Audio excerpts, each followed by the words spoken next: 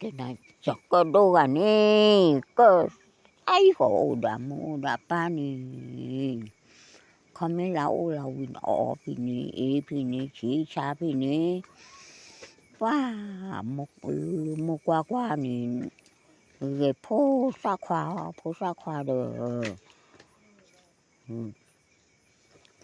có say gặm mua qua mua bạn mua lụt to vậy trái chứ từ lúc từ đuôi khô từ đuôi thu đờ xăm mi phải nhà này là chủ là chè ơi mi nào lo từ đuôi mu đó là nè khá từ đuôi sao là tệ ba con của bà lại cả lớn nè kho lúc thổi cho được hay từ đuôi sao mình lấy do là ba má cho con đu cổ bộ ấy tay về thổi cho đưa chứ này thổi cho đưa tè cho con đu bao nhiêu giảm ta có sợ khá rồi bao nhiêu dài rồi thế là ta có phải gió khá cho con đu bao nhiêu dài kiểu đợt nào đấy kiểu đợt nào lấy phạt táo là lúc cho bảo ấy đấy phạt ta nào cho rồi phạt ta mà thay đấy mấy chân này được đi nhỏ đấy nguyên ta kha ta kỳ về po kỳ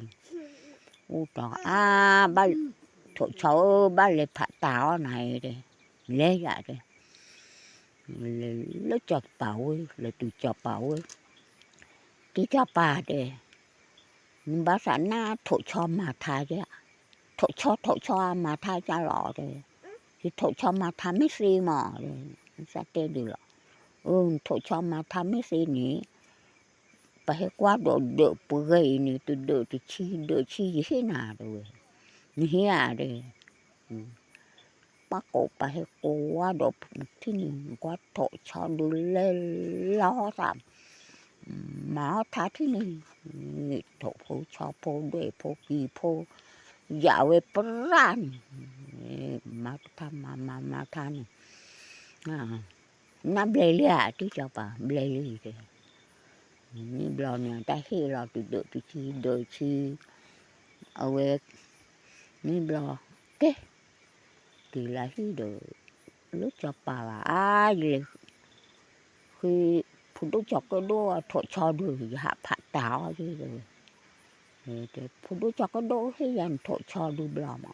được hạ phạt táo quá nó bảo luôn nè thì cho bà gì thế nào bà bỏ ba thổi cho được nè rồi để hết quá giảm lo lại rồi vừa học phạt táo rồi cái phạt táo mà phi ra rồi đấy phạt táo mới vừa hết cái cha rồi người nên lo tắt cái bò khi tỏ đây ba lời phạt táo thổi cho mà thà quấy ai lại bảo quấy lô quấy phim để tè muốn xe khoa xe nhưng bác sản tôi na độ thổi cho mà tha ta để thổi cho mà tha chả rồi mấy mà tha mò rồi mấy mà tha thì từ từ chi thế nào rồi nhưng là có thổi cho mà tha thổi cho đủ hồ đồ thổi cho thế nào mà tha tạo hồ đồ mà phía tam mà tha bả say nhớ bật to xì nhau ra to xì ra được hạt kỳ khô về về được phụ đề lì về kho cái cho bà hết là gì thổi cho bà lệ về lệ quý nè cái cho bà nhưng mà cái thổi cho bà thì chả được thổi cho mà tha tức mà tha giòn ta lời rồi nó như ta nó quý à khi lọ thì cái nhá thì phụ lì tờ là mà thì khác bộ rồi khu thích thì là ta khi lọ mà nè bà nè xí về ô cái cho bà à lệ cả lão đấy té tít tít cho bà hay cả ly đâu vậy bà lệ bưởi và ta thấy ra xí biết khỏi có chi là thui rồng khỏi cả thứ là cả rồng ta lo về lệ bưởi ông cho bà à ta tao mình xì à mình giờ xây nhà lá bưởi rồi rồi đi ôi à phụ đố cho cái đố hay dập lại thế mà chứ cho bà ơi bà tao bà thôi cho đủ bà tao gà khí được mình khí tí ta hết rồi ta hết rồi ô tụi cổ luôn các người ta hay hạ lẩu tụi cổ hay đi bà lập bưởi rồi ta hãy thôi xin biết khỏi thì có sự là đồ khỏi thì là khi qua khi tình để về có sự là có sắc cái lính nhỏ là có sự là thế rồi cho cái đồ là cứ chọc bài thì xí hết cái lời giả bài người cậu cứ cho bài mà cái xí lọ chả gì rồi lại phá tao tụi mà tha khi cảm xí bên qua thì khôi lì rồi khôi thì là cho đồ à sắp ra thì khi tình để rồi mà cái đáp lọ xí vậy dập lão là mà mấy vùng khoe cái thi á ta mềm đi xí tao cả mềm đi là cái chỗ mà mềm cái chỗ cả lấy cho ba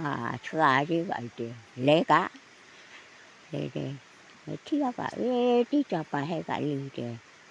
ba là bữa rồi ta thì thoa mềm xí mềm khai thì chỉ là lấy khai thì chỉ là lấy ta là lấy rồi lấy bưởi cả tao ta bị ta nha hay cái máu cả thì cho bà thì lấy khi cả cô đố cho cái đố thì hay là tí cho bà ơi hay là nào bà thì tao cái mẹ khệ bố là do ba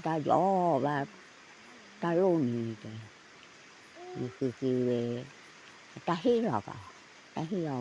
lo tụi cổ cả ta lấy cả rau tụi cổ hay cả ly đây ba lấy bưởi cả ta thấy ra mẹ khệ bị khai thì mẹ là trẻ bê khai thì là trẻ chỉ bê tại này học khi khổ quá có bà mẹ là khổ lửa cho có đô gà lề vậy chứ cho ba nó mà cái mẹ khệ lề đây cha đuôi đây khi ta bla thì ni khi khổ lửa mà cả bla khệ mẹ là trẻ khệ thì là trẻ tại này học khi khổ quá có vùng quá dùm mẹ là khổ lửa rồi nó mà cái đáp rồi xây nhà bác thì má gì chui làm nó hù làm mù làm má rồi nhưng lo ba lỡ ta nó bà chọc cái đồ gì cái được bạch trên những lập cái gì mà phố máu và cái tơ